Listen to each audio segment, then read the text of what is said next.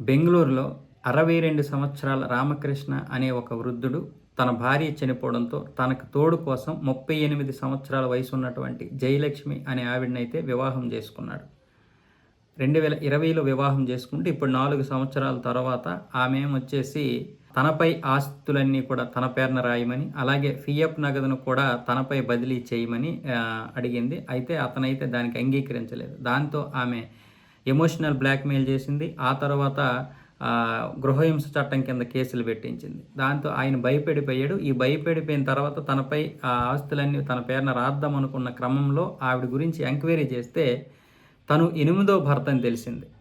ఇలా ప్రతి ఒక్కరిని కూడా పెళ్లి చేసుకోవడం, 3, 4 సంవత్సరాలు కాపురం చేయడం, తర్వాత ఆళ్ళని బెదిరించి వారి యొక్క ఆస్తుల్ని తన పేరు రాసుకొని తర్వాత వాళ్ళ నుంచి బయటికి పడి అక్కడి నుంచి విడాకులు ఇచ్చడము లేదా బయటపడడము, మొత్తానికి ఇది తన 8వ వివాహం అని తెలియడంతో అతను కంగు తిన్నాడు. వెంటనే మద్దూరు పోలీస్ స్టేషన్‌లోనైతే కేసు నమోదు చేశారు. దాంతో పోలీసులు కూడా ఆమెను ఎంక్వైరీ చేశారు.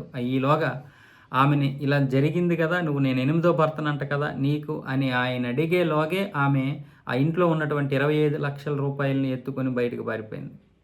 పోలీసులైతే ఆమె గురించి అయితే గాలిస్తున్నారు. అంటే ఎలా ఉంటాయో మ్యాట్రిమోనీ దగ్గర కూడా మనకు సరైనటువంటి ఇన్ఫర్మేషన్ లేదు. ఈ మ్యాట్రిమోనీ దగ్గర పెళ్ళిళ్ళు చేసుకున్న వాళ్ళు కూడా చాలామంది మోసపోతున్నారు.